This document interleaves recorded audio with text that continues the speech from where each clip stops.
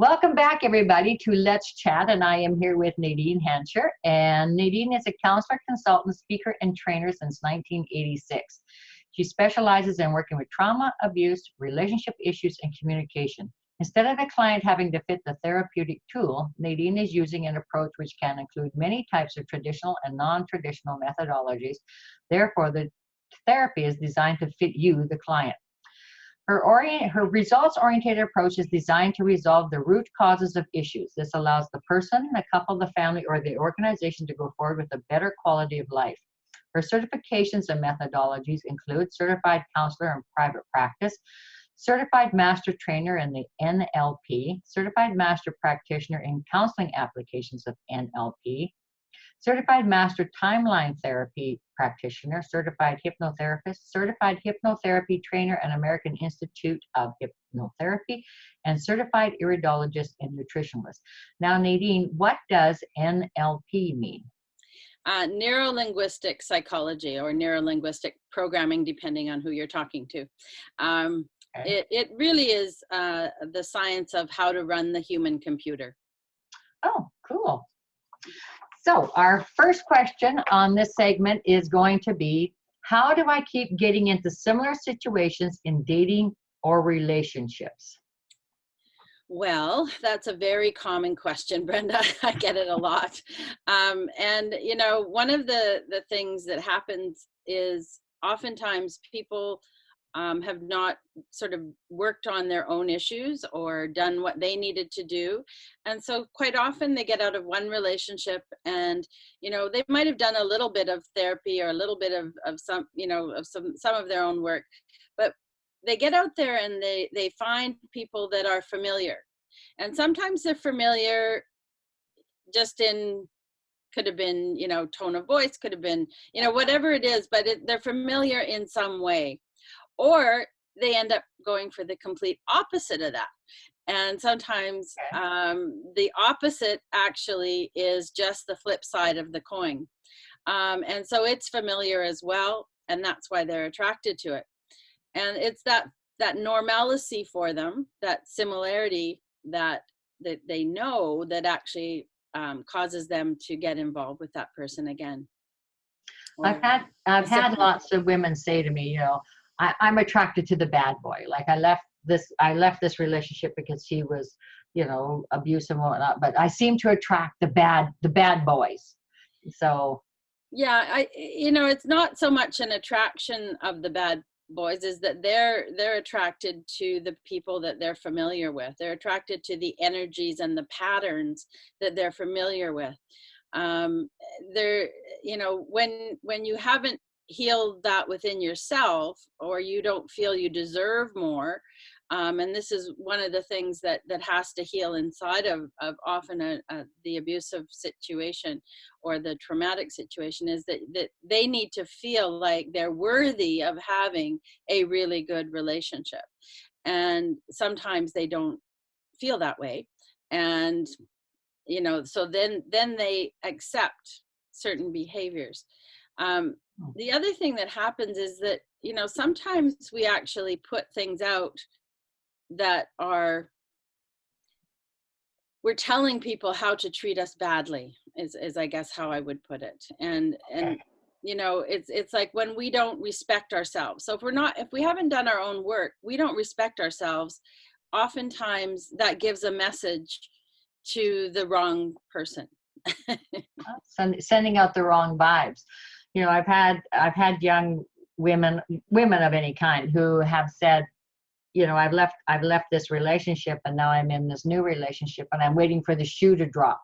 They're waiting for, if they didn't get the dishes done right away, or if they didn't get this done, they're waiting for that person to come home and, you know, blow up. So they bring baggage from their past relationships into a new relationship, thinking that, you know, it's going to get better. Well, you know, this is very common as well, that where people feel like they're you know, whatever they did in their abusive relationship, which triggered the partner to go into a screaming match or whatever it was, that, you know, that it's going to happen again. And so quite often when you're, you know, you have to sort of go through that and let that heal. And really that can only really be done sometimes in relationship, because as you find out that that other person doesn't respond in that way, if it's a healthier relationship and that person doesn't yell at you because you didn't do the dishes, or right away, or that kind of thing, it that's a triggered response in you that hasn't healed yet. And sometimes we have these shields, what I call shields up, and as the shields get peeled away, Yeah. we become more and more of ourselves. We love ourselves more, we respect ourselves more, we expect to be treated better, and that it becomes a much more satisfying and fulfilling relationship. Yeah. I know that when Bud and I got together after my divorce, I did bring that forward out.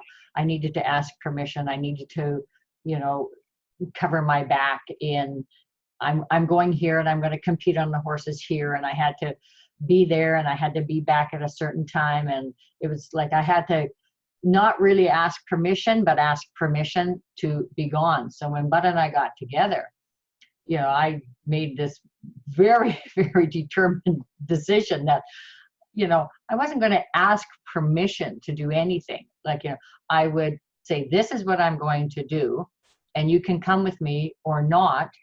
But I projected right from the get-go that I do not need your permission to do anything. And I mean, as you said, there's the pendulum here and here. And for me, it was from being submissive to having to subconsciously ask permission to come hell. I'm not asking you nothing.